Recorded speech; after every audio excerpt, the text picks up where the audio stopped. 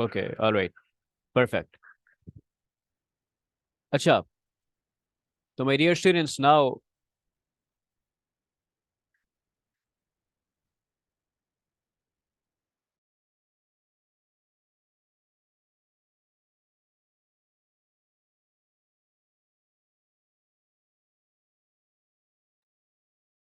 Alright, so dear students, now we are going to start आइल्स।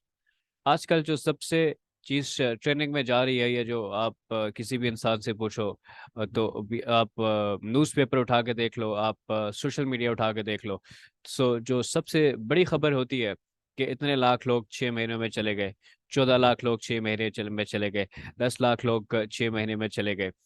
तो जब इतने massive level पे माइग्रेशन होती है, लोग मुल्क से बाहर जाते हैं, तो फिर ये होता है कि आप जिस मुल्क में जाते हो, फॉर एग्जांपल अगर आप यूरोप में जाते हो या ऑस्ट्रेलिया जाते हो या अमेरिका जाते हो, तो वहाँ पे किसी यूनिवर्सिटी में एडमिशन लेते हो, या वहाँ पे काम के सिलसिले में जाते हो, वर्क परमिट लेते हो, या वहाँ पे आप स्टूडेंट वीज़ा पे जाते हो, तो आपको कुछ टेस्ट होते हैं कि जो कि मैंडेटरी होते हैं। उन टेस्ट में से गुजरना पड़ता है, वो टेस्ट पास करने पड़ते हैं, वो टेस्ट क्वालिफाई करने पड़ते हैं। और अगर सबसे सिंपल, सबसे स्ट्रेट, सबसे अच्छा अगर मैं टेस्ट आपको कहूँ ना, कि जो आप आपका बाहर जाने का जो रास्ता है उसको खोल देता है, उसको वो बहुत इजी कर देता है, वो आइल्स है। बहुत से टेस्ट है मार्केट में, लेकिन मैं आइल्स की बात कर रहा हूँ, जो जो कि इजी है, जो कि सभी लोग कर सकते हैं। ऐसा नहीं है कि जितने भी लोग हैं हमारे आसपास वो आइल्स नहीं कर सकते। सिर्फ उनको जिस चीज़ की ज़रूरत है वो है गाइडेंस, एक एक ऑनेस्ट और एक कम्पिटेंट मेंटोर, और तीसरी जो चीज़ है वो उनकी अपनी पर्सनल एफर्ट्स। इन तीनों चीज़ों को जब हम मिलाएंगे तो इंशाल्लाह आपका जो आइल्स होगा वो फर्स्ट अटेम्प्ट में होगा। मैं बहुत से लोगों को देखता हूँ, वो क्या करते हैं, वो कहते हैं चलो जी, ठीक है, इतना मुश्किल नहीं है, इसको कर लेते हैं, अटेम्प्ट कर लेते हैं। वो जाते हैं वहाँ पे, आइल्स का एग्जाम देते हैं, उनके रिक्वायर्ड बैंड्स नहीं आते, तो नुकसान होता है, फाइनेंशियल नुकसान होता है, साइकोलॉजिकल नुकसान होता है। ठीक है, और बहुत सी ऐसी चीज़ें कि जो इंसान के माइंड में आ जाती हैं। तो जब भी आप मैदान जंग में उतरो, जब भी आप किसी एग्जाम में जाओ, जब भी आप कहीं पर जाओ, तो अपनी पूरी तैयारी के साथ जाना। ऐसा कभी नहीं करना कि हाफ हार्टेडली दे दिया तो 58,000 गए, 58,000 गए। अब 58,000 जो आपकी एग्जामिनेशन फी है वो चली जाए, और आपको दोबारा भर के दोबारा एग्जाम देना पड़े। तो उससे बेहतर है कि आप एक ठीक मेंटोर को कंसल्ट करो, जो कि आपकी वीकनेसेस को समझे, जो कि आपको समझे कि आपके साथ प्रॉब्लम क्या है, कहाँ पे प्रॉब्लम है, और उसको आइडेंटिफाई करने के बाद उस पर काम करे। काम करने के बाद आपको एक टाइम स्पेन दे कि ये टाइम स्पेन है, इसमें इंशाल्लाह मैं आपको प्रिपेयर कर दूंगा। उस प्रिपरेशन के बाद आप वो टेस्ट दो, आप अपने डिजायर्ड बैंड्स लो, और आप मुल्क से बाहर चले जाओ। तो यहाँ पर भी जितने भी स्टूडेंट्स हैं, हम श्योर के बहुत से स्टूडेंट्स ऐसे होंगे जो कि बाहर जाना चाहते हैं, पढ़ने के लिए जाना चाहते हैं। बहुत सी ऐसी फैमिलीज होंगी जो कि सेटल होना चाहती हैं बाहर। बहुत से ऐसे लोग हैं जो बाहर काम करने के लिए जाते हैं। तो वो आइल्स में से उनको गुजरना पड़ता है, उनको आइल्स देना पड़ता है। अब सबसे पहले आइल्स से बनता क्या है? आइल्स स्टैंड फॉर, देखिए, आइल्स क्या होता है? International English learning learning testing system होता है। ये टी फॉर टेस्टिंग सिस्टम, के यहाँ पे आप देखा जाता है, आपकी इंग्लिश की कैपेबिलिटीज देखी जाती हैं। क्या आप बोल सकते हो? क्या आप उसको सही से सुन के समझ सकते हो? क्या उसको रीड कर सकते हो? क्या आप उसको राइट कर सकते हो? ठीक है।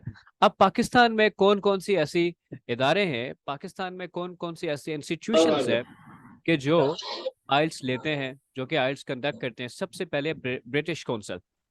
ब्रिटिश काउंसिल जो है वो को ओनर भी है आइल्स का। और ये दुनिया में जहां पर भी आइल्स के टेस्ट होते हैं, चाहे वो पाकिस्तान में होते हैं, चाहे वो इंडिया में होते हैं, चाहे वो अफ्रीका में होते हैं, please mute your mic, mute your mic.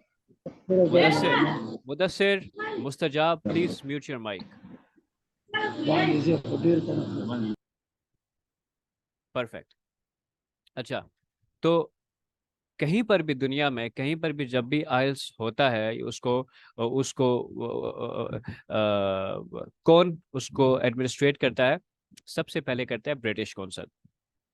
अच्छा, सेकंड वन है आपका कैम्ब्रिज असेसमेंट इंग्लिश। अब ये कैम्ब्रिज यूनिवर्सिटी, यूनिवर्सिटी जो कि यूके की बहुत फेमस यूनिवर्सिटी है, जिसकी डिग्री पूरी दुनिया में मानी जाती है, जो पूरी दुनिया में अपनी एजुकेशन की क्वालिटी के लिए, जो पूरी दुनिया में अपने एजुकेशन के कंटेंट के लिए मशहूर है, वो इसको उसका एक ब्रांच है, और वो जो ब्रांच है वो इसको डील करती है, वो जो ब्रांच है वो इसको डील करती है।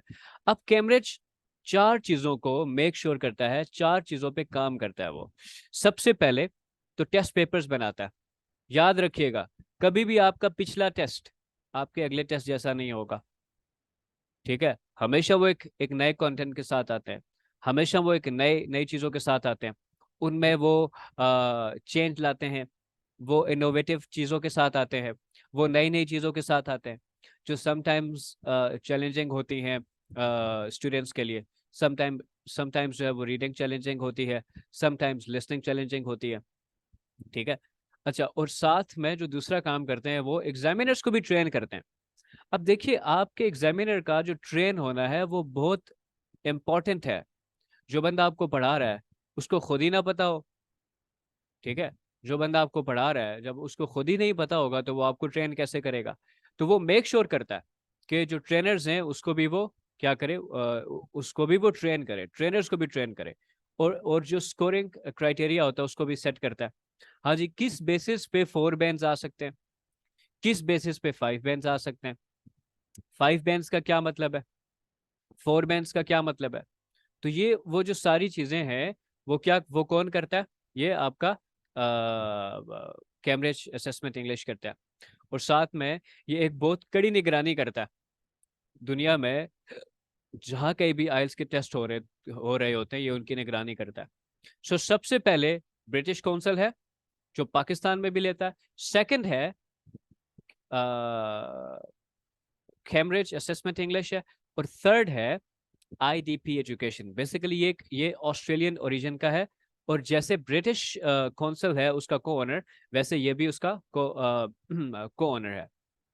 अच्छा, आपने एक इदारे का नाम सुना होगा, AEO, ऑस्ट्रेलियन एजुकेशन ऑफिस। ये भी ये बेसिकली एक ऑस्ट्रेलियन कंसल्टेंट है, जो कि ऑस्ट्रेलिया डील करता है। वो लोग जो ऑस्ट्रेलिया पढ़ना चाहते हैं, तो वो उसने आसानी ये पैदा कर ली कि आप टेस्ट या तो ब्रिटिश काउंसिल दे दो, या तो AEO में जाकर दे दो। जहां पर भी आप देंगे आप आइल्स का टेस्ट, वो आपका आइल्स का टेस्ट जो है वो 2 साल के लिए इक्वली एक्सेप्टेबल है। 2 साल के लिए आपका आइल्स का टेस्ट किसी भी इंग्लिश लैंग्वेज कंट्री में आपका वो टेस्ट किया है, एक्सेप्टेबल है। अब नेक्स्ट क्वेश्चन जो लोगों का होता है वो ये कि पाकिस्तान में कौन करता है?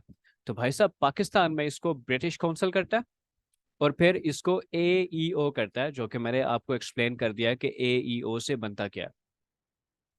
बहुत से लोगों को हमारे पास आते हैं, वो कहते हैं हमको आइल्स करना है। क्यों करना है? इंग्लिश अच्छा करने के लिए। भाई साहब, आइल्स एक टेस्ट है जिससे आपकी इंग्लिश अच्छी तो होती है, बट वो इंग्लिश सीखने का क्राइटेरिया नहीं है, ठीक है? आइल्स से आप इंग्लिश नहीं सीखते। इंग्लिश सीखने के लिए कुछ और चीजें आपको फॉलो करनी पड़ती हैं। इंग्लिश सीखने का जो कोर्स कंटेंट है वो अलग है। आइल्स एक टेस्ट है, जैसे कि मैट्रिक हो गया, जैसे कि FSC हो गया, जैसे कि आपके एंट्री टेस्ट हो गए। उस तरह से एक टेस्ट है जो कि मेक श्योर करता है चार चीजों को। भाई साहब, आप जो लोग वहाँ पे एजुकेशनल पर्पसेस के लिए जा रहे हैं, या वहाँ पे वो प्रोफेशनल पर्पसेस के लिए जा रहे हैं, या वो माइग्रेट होना चाहते हैं वहाँ पे, तो क्या वो वहाँ पे इंग्लिश बोल भी सकते हैं? ठीक है, क्या वो वहाँ पे इंग्लिश बोल भी सकते हैं? क्या वो समझ भी सकते हैं? वहाँ पे तो साइन बोर्ड्स भी इंग्लिश में होंगे, ठीक है? क्या अगर उनको कुछ लिखना पड़े, ठीक है, फॉर एग्जाम्पल मेयर को लिखना पड़े, वहाँ के यूनियन काउंसलर को लिखना पड़े, वहाँ के मैजिस्ट्रेट को लिखना पड़े, एक छोटा सा लेटर लिखना पड़े, क्या वो लिख पाएंगे? क्या वहाँ के लोग जो उनसे बात करेंगे, क्या वो उसको अंडरस्टैंड भी कर पाएंगे? ठीक है, तो ये उसका बेसिक पर्पस होता है। कभी भी आप दो चीजों को मिक्स ना कीजिएगा। जी मैं आइल्स इसलिए करना चाहता हूँ कि मैं इंग्लिश सीखना चाहता हूँ, नहीं। आइल्स एक टेस्ट है, ठीक है, आप इंग्लिश सीखना है तो आपको स्पोकन इंग्लिश में जाना चाहिए, आपको स्पोकन इंग्लिश सीखो, उसके कोर्स कंटेंट से गुजरो। ठीक हो गया। अच्छा, तो अब मॉड्यूल्स इसमें 4 होते हैं, और चारों में क्या होता है, चारों के जो इंडिविजुअल बैंड्स होते हैं वो 9 होते हैं। ठीक है, और चारों का जो एग्रीगेट होता है वो भी 9 है। 9 मल्टीप्लाई बाई 4 36, 36 डिवाइडेड बाई 4, यहाँ पे मैथमेटिक्स है, 4, ठीक, 9। तो इंडिविजुअल आपका जो मॉड्यूल है वो भी 9 बैंड्स का है। आपका ओवरऑल भी जो है वो भी 9 बैंड्स का है। जैसे इसमें सबसे पहले स्पीकिंग है, कि क्या ये बंदा फ्लुएंसी के साथ बोल सकता है नहीं बोल सकता। लिस्टिंग है, जो बात हो रही है, जो टॉपिक जिस जिस टॉपिक के बारे में बात हो रही है, क्या वो एक्टिवली उसको समझ सकता है कि नहीं समझ सकता। फिर राइटिंग है, फिर रीडिंग है। ठीक है। अच्छा, अब ये जो बैंड्स हैं, मुख्तलिफ बैंड्स हैं, इनका इनका मतलब क्या है। अगर किसी बंदे के 3 बैंड्स आते हैं तो उसका मतलब क्या है, अगर उसके 6 बैंड्स हैं तो उसका मतलब क्या है, अगर उसके 9 बैंड्स हैं तो उसका मतलब क्या है, अगर उसके 7.5 हैं तो उसका मतलब क्या है। अगर किसी का बैंड 1 है तो इसका मतलब है कि इस बंदे में तो कोई एबिलिटी ही नहीं है कि वो इंग्लिश को समझ सके। और अगर बैंड 2 है तो इसका मतलब है कि बैंड 2 वाले में भी कोई इतनी खास एबिलिटी नहीं होती। बैंड 3 वाला इंसान समझा जाता है कि वो बहुत ही लिमिटेड वे में इंग्लिश को समझ सकता है, मगर वो कॉम्प्लेक्स सिचुएशन को इंटरप्रेट करने में, उनको बोलने में, उनको एक्सप्रेस करने में वो फेल हो जाता है। अब 4 बैंड से वो फिर उसकी जो आहिस्ता आहिस्ता इम्प्रूवमेंट शुरू हो जाती है, और उसको कहते हैं कि ये लिमिटेड यूजर है। और साथ में फेमिलियर कंडीशंस को उसमें वो रिस्पॉन्ड कर सकता है। अब फेमिलियर कंडीशंस का मतलब है कि जो लाइफ में उसकी बहुत ज्यादा आसपास की चीजें होती हैं उनको तो समझ सकता है, मगर उसको बिठा दिया जाए, किसी चीज के बारे में पूछा जाए तो वो वहां पे फेल हो जाएगा। ठीक है, वो वहां पे फेल हो जाएगा। ठीक हो गया। अच्छा, अब इसमें नेक्स्ट जो है वो है बैंड 5। बैंड का मतलब क्या होता है, 5 बैंड का मतलब होता है कि बंदे के अंदर एक पार्शियल किस्म की कमांड है, आधी कमांड है। ठीक है, कि वो इंग्लिश को समझेगा, इंग्लिश को अंडरस्टैंड करेगा, मगर अभी भी वो बहुत सी मिस्टेक्स कर सकता है। अभी भी वो बहुत सी मिस्टेक्स कर सकता है, वो जो उसके चांसेस है वो बहुत ज्यादा है। बैंड 6 का मतलब है कि ये बंदा एक नॉर्मल सिचुएशन में बहुत ही कॉम्पिटेंट है। ठीक है, मगर जो कॉम्प्लेक्स सिचुएशंस है उनको इतना अच्छे से डील नहीं कर सकता। जो नॉर्मल सिचुएशन है उनको तो डील कर लेता है, हेलो हाय कर लेता है, एक जनरल कन्वर्सेशन कर लेता है, मगर जब उसके ऊपर एक कॉम्प्लेक्स सिचुएशन आती है, एक कॉम्प्लेक्स सिनेरियो आता है, तो वहां पे वो बस गुजारा है। ठीक है, इतना अच्छा नहीं है। और बैंड 7 से एक्चुअली सारी गेम शुरू होती है। बैंड 7 वालों को गुड यूजर कहा जाता है, कि उनको इंग्लिश लैंग्वेज पे वो एक ऑपरेशनल जो उसकी कमांड है वो रखते हैं। ठीक है, मगर कॉम्प्लेक्स सिचुएशन में ये भी थोड़ा सा स्टक होते हैं और मिस्टेक्स भी कर सकते हैं।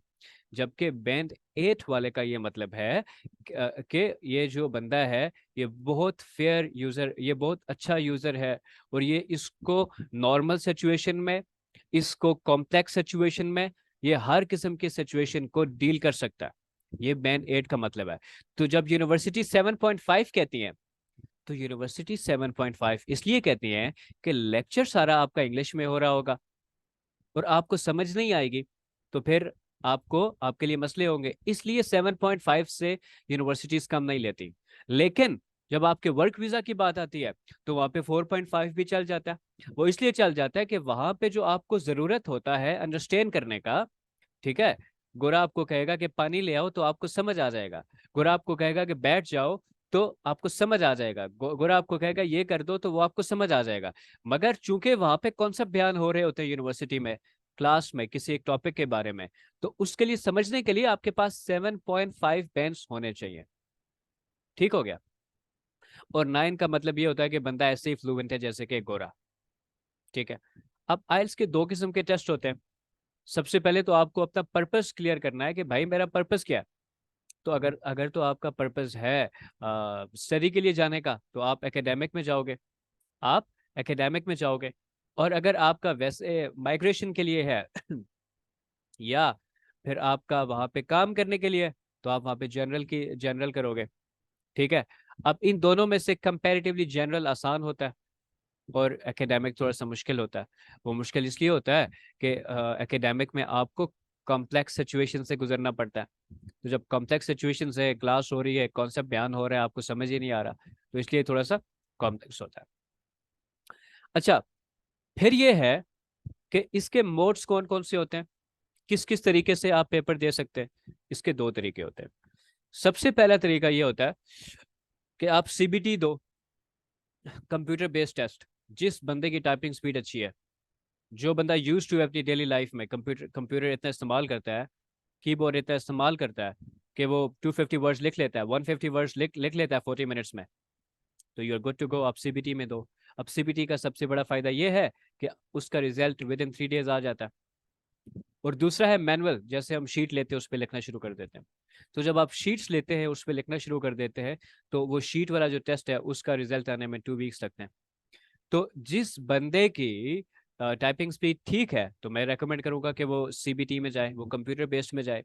और जिसकी टाइपिंग स्पीड ठीक नहीं है, वो मैनुअल आंसर शीट्स की तरफ जाए। ठीक है। अच्छा, फिर उसके बाद बात होगी कि बहुत से लोगों को अप्लाई करने का भी नहीं पता। कभी किसको कह रहे होते अप्लाई कर दो, कभी किसको कह रहे होते अप्लाई कर दो। भाई आइल्स का टेस्ट आप खुद ही अप्लाई कर सकते हो। अगर आप आजकल की दुनिया में रह रहे हो, और आजकल की दुनिया में रहने के बाद आप इंटरनेट यूज करते हो, डेली सर्फिंग करते हो, आप अपना फेसबुक लॉग इन कर सकते हो, आप कोई जॉब आती है तो उसके लिए अप्लाई कर सकते हो, तो सिमिलरली आप आइल्स के लिए भी अप्लाई कर सकते हो। सिंपल, आपको उसकी वेबसाइट पे जाना होगा। वेबसाइट पे जाके आपको सबसे पहले अपना सेंटर करना पड़ेगा। अगर आप इस्लामाबाद में हो तो आपने इस्लामाबाद करना है, अगर आप पेशावर हो तो पेशावर करना है, लेकिन सब सिटीज़ में नहीं है, पाकिस्तान के बड़े बड़े सिटीज़ में है। ठीक है। और आपने वहीं पे अपनी ऑनलाइन ईमेल डालनी होगी, नंबर डालना होगा और इन्फॉर्मेशन देनी होगी। सारी इन्फॉर्मेशन जब आप दे देंगे, वो आपसे पूछेंगे जी हाँ कौन सी आप क्या डेट्स के बारे में क्या आपका ख्याल है, तो वो आपको डेट्स भी दे देते हैं, ये डेट्स अवेलेबल हैं। उनमें से जो डेट आप चूज करते हो, फिर साथ में वो आपको एक बैंक अकाउंट देते हैं। वो आपको कहते हैं कि हाँ जी ठीक है, अब ये आपका सेंटर होगा, इस्लामाबाद है, तो वो देखेंगे अब उसमें इस्लामाबाद में कौन से सेंटर्स अवेलेबल हैं। मोस्टली ये पीसी में होता है, रमादा में होता है,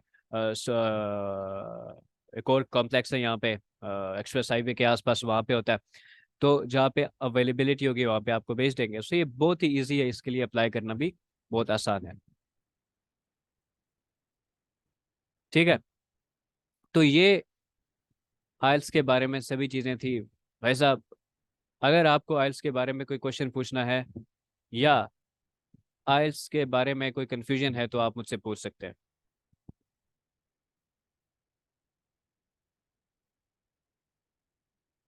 anybody, any question, you are welcome to ask.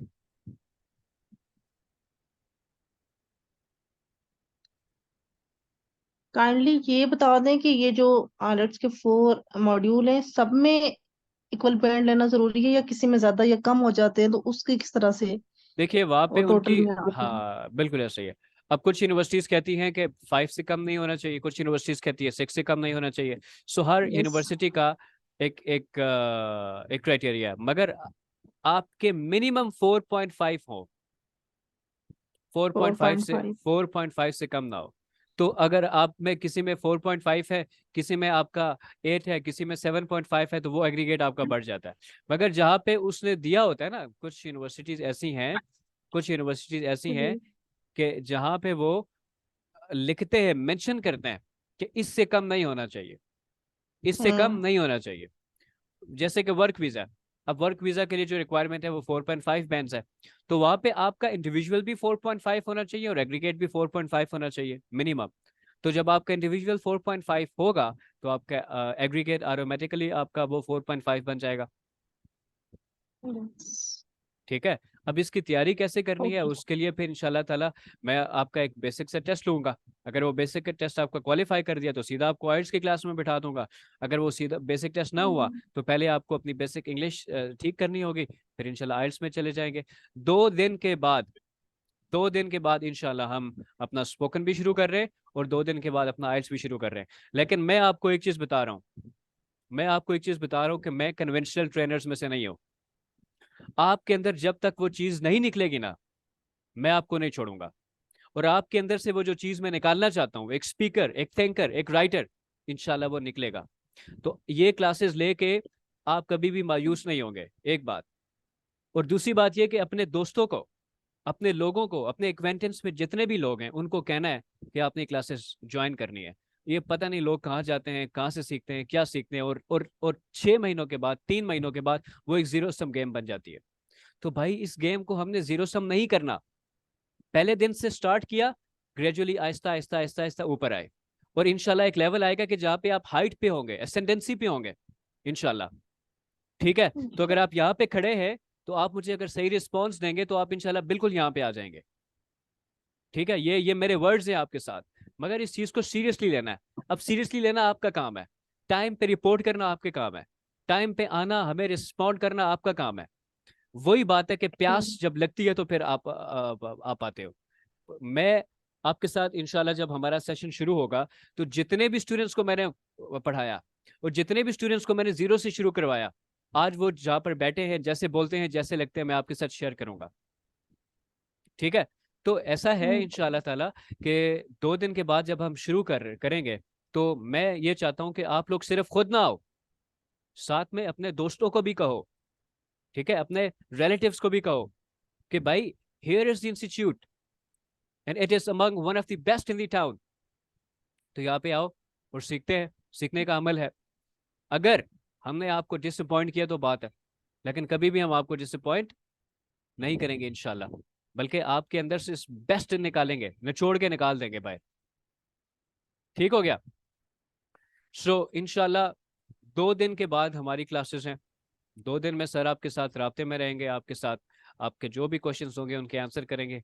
आपकी कोई क्यूरी है तो आप सर को मैसेज कर दीजिए, आप सर से पूछें। ठीक है, अच्छा तो thank you sir for giving such a great motivation इंशाल्लाह। ठीक है, अच्छा तो भाई साहब, इन नटशेल, टू कंक्लूड, मैं ये कहना चाहता हूँ कि 2 दिन के बाद हम शुरू कर रहे हैं। और अगर आप चाहते हैं कि आपकी लाइफ में एक पॉजिटिव चेंज आए, अगर आप चाहते हैं कि आपकी लैंग्वेज स्किल्स इंप्रूव हो, अगर आप चाहते हैं कि आप आइल्स में 7+ बैंड्स लें, अगर आप चाहते हैं कि आप एक अच्छे स्पीकर बन सकें, अच्छे राइटर बन सकें, so join us after 2 days। ठीक है, एनी क्वेश्चन?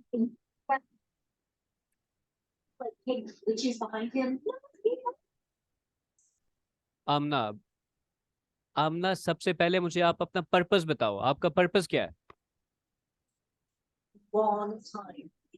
कौन सा कोर्सेज आप थोड़ा सा उसको एक्सप्लेन करो।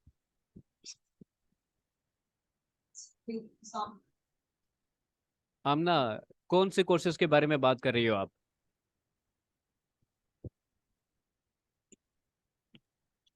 Okay, sir. Is it my voice clear? Yes. Well, sir, I would ask spoken English and IELTS. We have two courses. Okay, तो हम कौन सा ऐसा कोर्स करें कि जिससे व्हाट, हम लोग let me like ask you, let me ask you a question. What is your basic purpose, to improve English or to go abroad?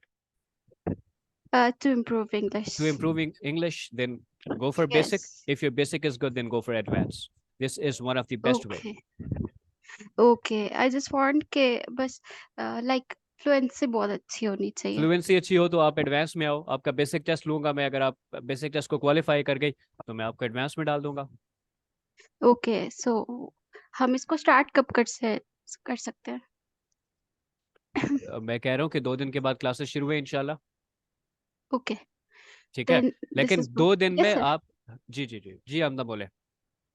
Yes, sir. Okay. आप बोले हाँ, कंटिन्यू कीजिए. 2 दिन में आपने अपने दोस्तों को भी, लाइक माइंडेड जो लोग होते हैं ना, देखिए आमना, आपके अगर आप इंटेलिजेंट हो ना, तो मुझे एक चीज Yes, पता है sir. कि आपके दोस्त भी इंटेलिजेंट होंगे। अगर आप ग्रोथ ओरिएंटेड हो तो आपके दोस्त भी लाइक माइंडेड होंगे। ऐसा ही है। सो जैसे हम होते हैं वैसा हमारा सर्कल भी होता है। अगर हम ग्रोथ चाहते हैं तो हमारे दोस्त भी ग्रोथ चाहते हैं। सो इंशाल्लाह आपने अपने दोस्तों को भी कहना है कि 2 दिन के बाद क्लासेस हैं, आप ज्वाइन करें। जैसे ही लेक्चर्स लेंगे हमारे, इंशाल्लाह चीज़ें बेहतर होना शुरू हो जाएंगी उनके लिए। अच्छा, tomorrow I will visit your institute personally. बिल्कुल आप आ जाइए, welcome. Sir, are you from Rawalpindi? I will. बिल्कुल ऐसा ही है, आप पिंडी में है, लाहौर में है, इस्लामाबाद में है, आप आ जाएं। ठीक है, और इंस्टीट्यूट ऑनलाइन भी है, फिजिकल भी है। अगर आपको कंपेरेबिलिटी ऑनलाइन में होती है तो उसके लिए भी अवेलेबल है। अगर आप इंस्टीट्यूट भी आना चाहते हो तो आप इंस्टीट्यूट भी आ सकते हैं।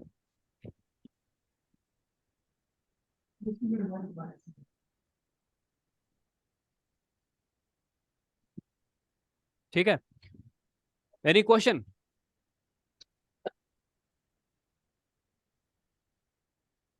Perfect. It was nice teaching to you guys, and inshallah, I will see you guys by Monday, huh? Thank you.